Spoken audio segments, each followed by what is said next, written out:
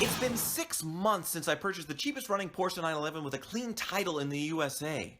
At 243,000 miles at the time of purchase, it had been driven the same distance from the Earth to the Moon, so I named it Apollo 911. It survived every test that I've thrown at it, including a dyno run and a drag strip day, along with plenty of hooning. In preparation for a cross-country drive, I've done some mechanical work, but first I wanted to show you all of the mods I've completed. So as you can see, the transformation was dramatic. I have a really aggressive wrap on there that I did myself, along with a body kit that came off of eBay. It was a special for like 1,200 bucks. Really nice wheels. I got the brakes. They're from China somewhere. A really aggressive spoiler. An aggressive spoiler that was also very useful. Also, I made changes to the interior.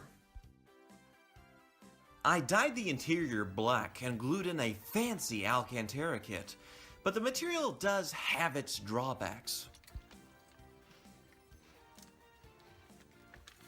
So I didn't just stop with the cosmetic modifications. I also put on a performance intake and straight pipe to the exhaust. And as any car guy knows, that adds about 200 horsepower to anything.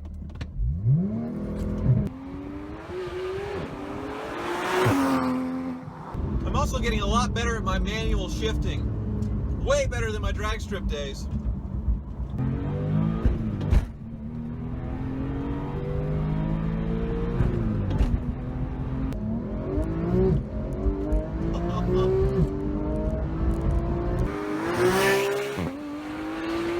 Damn, I'm good at driving a manual now. Oh, wait. I can control it with my mind. Now that Hoovie's Garage has been exposed, it's time to come clean. So for those of you that are really confused because all 911s really look the same, that was a 2015 Porsche GT3. And if you want to see a great review on one, watch Doug DeMuro's video. I can't top that. But it's really an awesome car. I'm back now in my beloved Apollo 911, a 1999 Porsche 911 with 245,000 miles on it now. So in the 6 months I've owned it, I've put about 2,000 miles on it, and it's been to the shop one time. And the things that I've done is I've replaced the alternator. It was starting to get a little noisy in the bearings, or the bushings, or whatever you call them in the alternator. And I had the motor mounts replaced as well. After my little drag strip run, the motor mounts were feeling pretty shot, just because I am a terrible driver. I also had the car serviced because I didn't know when it was done last. So those three items, they cost about $900 total, which seems pretty crazy since I've only put 2,000 miles on it. But I knew about the alternator when I got it. It was starting to get a little noisy and it got a little worse, so I replaced it. The other reason why I did this is because I am about to hit the road for Amelia Island in Florida. I'm driving this car from Kansas to Florida, a 1999 Porsche with 245,000 miles on it, about 3,000 miles round trip, and I'm counting on this car to get me there. Am I worried?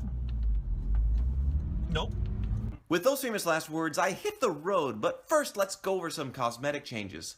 I found these covers that somewhat obscure the hideous running egg headlights, which I'm not too crazy about to be honest, but I am bonkers for my new ducktail rear hatch. To complete the vintage Porsche Carrera RS look, I found some recreation fuchsia wheels that fit a modern 911 and applied some side stripes.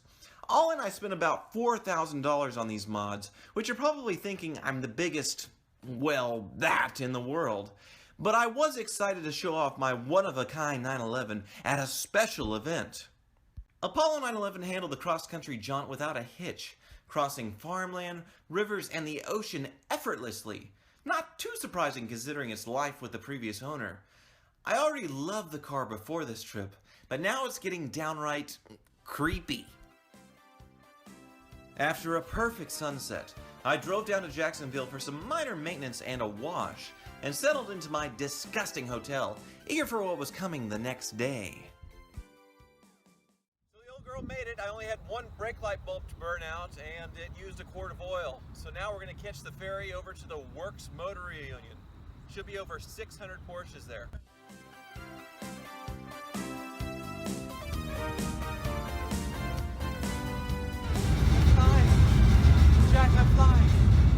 Strangely, I couldn't find anyone to paint me nude with the Porsche, so I made my way to the car show and took some time to relax, so I was prepared for the concourse judging. Cheapest 911 in the country, period.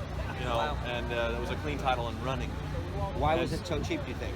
244,000 miles on it. Or 246 now. Yeah. Never been rebuilt or apart anything. The IMS bearing's been done twice, but with the clutch. But twice? Twice, yeah. They did it again at like 210,000 miles because they're doing the clutch again. They thought, why not? So it's not a bad thing to do, right? yeah. So, but everything's original and it's clapped out hoopty. So it's definitely the junkiest one here, which is kind of fun. So, but yeah. Did you write about this car in Zlobnik? Oh yeah. I read it. Zlobnik and Auto Trader, YouTube. It's been around. Out of a possible 300 points, I scored a -12, so I began checking out my competition, but I couldn't control myself when they started playing smooth jazz.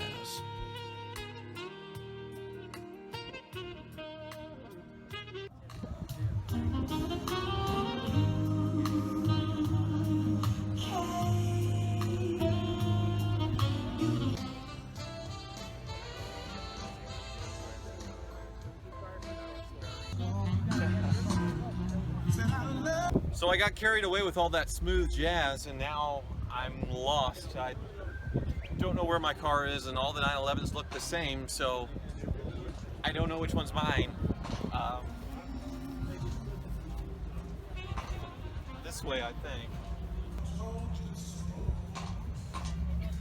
How many silver 911s are there? Just pick one and take it home.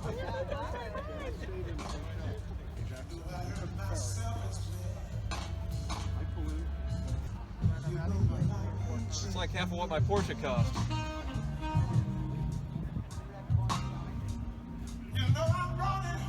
For luggage. For luggage. Have you seen a silver 911 anywhere? Yeah. I don't know. I mean, you can't find it. They all look the same. Oh, it's a 996. They all look the same. I can't remember. Oh, it's a chassis. Never mind. Thanks anyway. Have you all seen a silver 911 anywhere? Yeah, I can't find it. They all look the same. The 911 back that way? Okay, I already walked through there. Oh well. Okay. Well, there's a whole section. Oh. I mistakenly thought they pointed me towards a fancy classic car auction, which had me very confused. I don't remember parking my Porsche here. Same headlights.